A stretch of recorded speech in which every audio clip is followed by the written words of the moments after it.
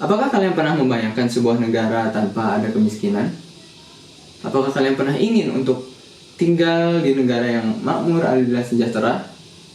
Pasti kalian pernah berpikir bahwa itu tidak mungkin.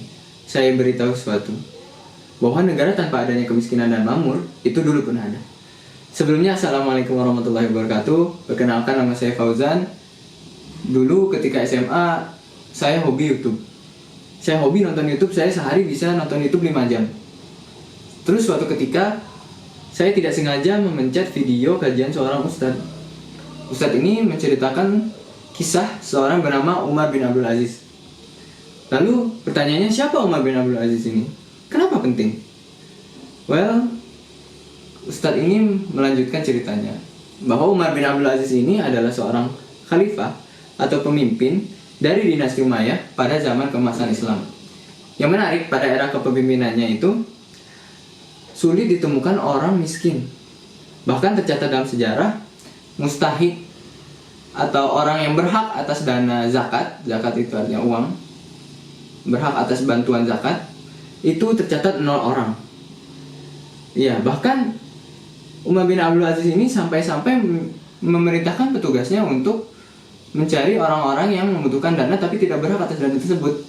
Seperti orang yang ingin menikah untuk dibantu membayar maharnya, kemudian orang yang membutuhkan modal untuk usahanya, dan orang yang sedang berhutang. Ya, kemudian petugasnya itu balik lagi melapor kepada Umar bin Abdul Aziz. Dia berkata, "Wahai khalifah, uang yang tersisa di Baitullah masih banyak." Ya, pada saat itu dari Afrika bagian utara hingga Irak bagian selatan, wilayah kekuasaan yang beliau pegang itu, rakyatnya berkecukupan, kesejahteraannya merata, adil dan makmur. Lalu saya waktu itu merasa masih berpikir percaya atau tidak percaya. Kemudian waktu berlalu, saya akhirnya masuk PTN dan saya ikutan Syariah Economic Forum. Bukan bermaksud promosi, tapi di situ saya belajar bahwa ternyata Umar bin Abdul Aziz ini memakai sistem ekonomi syariah untuk mencapai kemakmuran tersebut. Oleh karena itu, pada kesempatan kali ini saya ingin sharing kepada teman-teman sekalian kenapa ekonomi syariah ini penting dan kenapa kalian harus tahu. Kita awali dengan apa sih ekonomi syariah itu? Well, pada dasarnya ekonomi syariah adalah sistem ekonomi yang berlandaskan Al-Quran dan juga Sunnah. Kalau kita bandingkan dengan ekonomi konvensional, di mana kapitalisme yang kaya makin kaya dan si miskin makin miskin, dan juga sosialisme di mana tidak ada yang kaya dan miskin, adanya sama rasa dan sama rata, ekonomi syariah berada di tengah-tengahnya. Orang lain kaya, kita juga kaya. Terus ada perbedaan juga yang cukup signifikan antara konven dengan syariah, yaitu kalau ekonomi konven berorientasi kepada dunia saja, tidak melihat aspek ketuhanan. Lain halnya dengan syariah. Syariah melihat aspek dunia sekaligus aspek akhirat. Pertanyaan selanjutnya, kenapa ekonomi syariah ini penting? Well, karena tujuan dari ekonomi syariah ini, tujuannya adalah mencapai falah.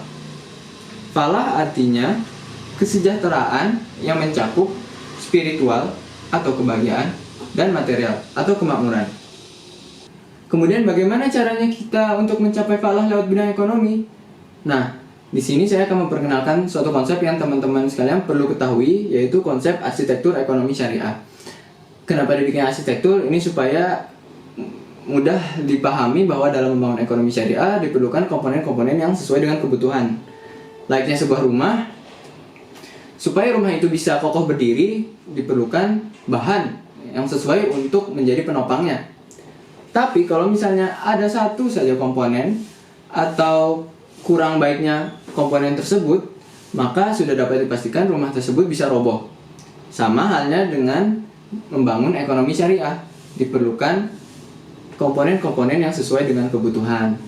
Nah, di slide 11 ini ada arsitektur ekonomi syariah beserta komponen-komponennya. Ada 3 bagian. Yang pertama bagian atapnya, yaitu tujuan.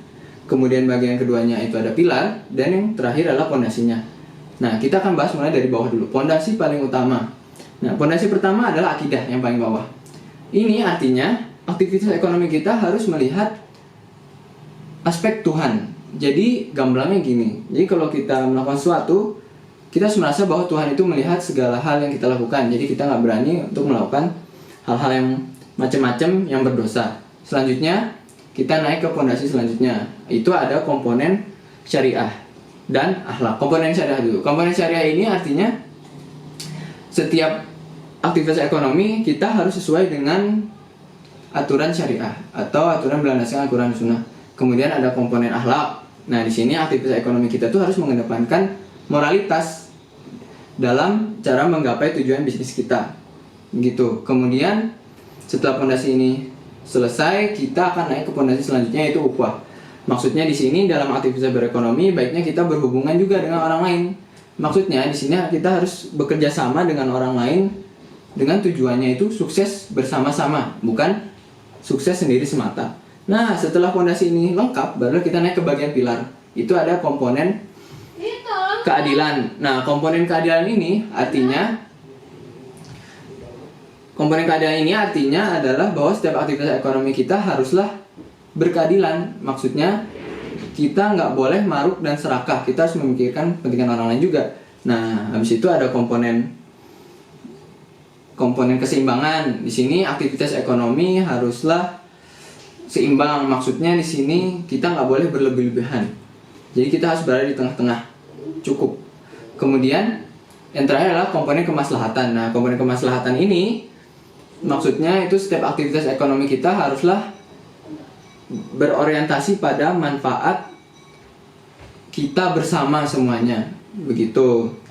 Nah, setelah semua komponen ini lengkap, barulah kita mendapat tujuannya, yaitu falah, sejahtera spiritual atau kebahagiaan, dan sejahtera material atau kemakmuran, seperti yang telah dilakukan pada zaman dahulu, pada zamannya Umar bin Abdul Aziz. Untuk itulah kenapa ekonomi syariah itu penting dan kenapa teman-teman sekalian harus tahu.